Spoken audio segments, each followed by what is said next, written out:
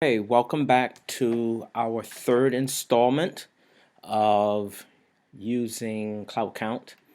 In the first installment, we looked at how to launch CloudCount from the web browser, in particular Mozilla, and how to create a budget. In the second installment, we looked at how to add lines and sublines to a budget. And in both of those cases, the first and second installment, we looked at basically setting up a budget, logging in and setting up a budget, but not actually entering information into a budget on a daily or on a daily basis.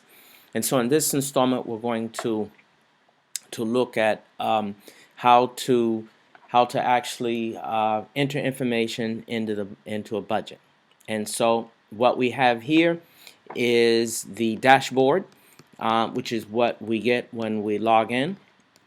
It's the main screen, and to enter information into a budget, we simply double click the actual budget in the dashboard, and currently you see we get this pop-up here about Apache Jackrabbit. Jackrabbit is used for attachments, for storing and retrieving attachments, uploading and downloading attachments, and we're not going to be demonstrating that today. That will be done in a different installment. So we can safely just click through this, and what we get here now is the edit budget dialog, and this is the main place where we enter budget information. And you can see here that in this case we have only one line showing here in the budget, and this is the place on this dialog where we get to enter information about into the budget. And this is this main tab is the tab where we enter information about income and expenditures. The description tab here, of course, this was already set up for us when we set up the budget. The attachments tab, this is where we we have the potential to add attachments to a budget, such as files like spreadsheets and meeting notes and what have you. We can attach them, we can associate them with a budget. The notes tab gives us the ability to add notes to a budget, running notes. In fact, let's just enter some notes here just to show you how this works. And so we just click the plus here, and you can see this note goes in and is attached to the budget. And then of course we have this this audit trail tab here. As it turns out, the audit trail is not functional, so this information here is just dummy data for the time being, placeholder data. But this is where information is automatically logged into the budget whenever there are changes made to a budget. This is not a tab. This is basically a read-only tab here, and there's nothing to actually enter. This is the system's way of tracking changes to the budget, and they're just recorded here. So I'm going to go back over to income and expenditures, and what I would like to do, perhaps you'll recall from our first two installments that we had only one line in the budget. So there's only, and it was on the income side, so there's only one line here in the budget on the income side. And to enter information into here, I simply double click the line number, and you can see here that what I have is the actual line number. Actually, this information here is dummy data. It happens to be grayed out right now.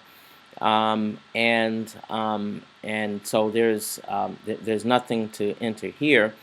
The from and to fields are actually behave like filters, if you will, that give the range of dates that we want to enter information into the budget for. You can see here that this is showing from the 25th of May 2012 to the 25th of May 2013. We can change that information by clicking this this pop-up here.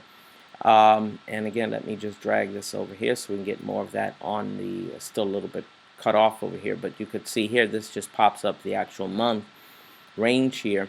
And then what we have down below are the actual line details. And you can see here we have the two sublines that we had added in the second installment for this particular line. And again, this line number here is just dummied out data. It's not really what our line number and a line a name is, but that's just placeholder information.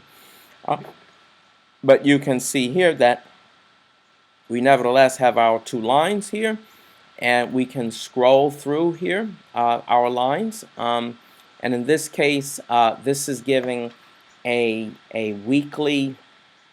Well, let me back. If you recall from when we set up this budget in the first installment, we had it set up for a what we call a weekly roll.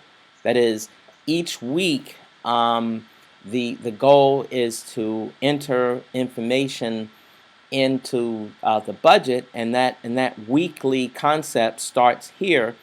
What it means here is that each week, you can see here from the 1st of June to the 8th of June to the 15th of June to the 22nd of June, so on and so forth.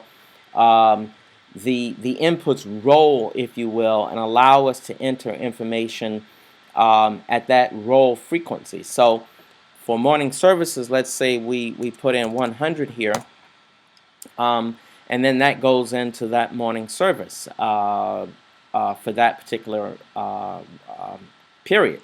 Then we could put in 105 here, so let's put in 105 here for that period. And then you can see here that this actually adds all the way across, and then we can just keep, you know, rolling this in here all the way across, and it just keeps adding up, and so on and so forth. Let's put in some more information here, and you can see here how this information pretty much adds up, and we could put in $30 here, we could put in another $10 here, and then you can see here how this adds up, and of course this rolls all the way out for the 1 year period that we set this up for, out to 2013 for this budget here.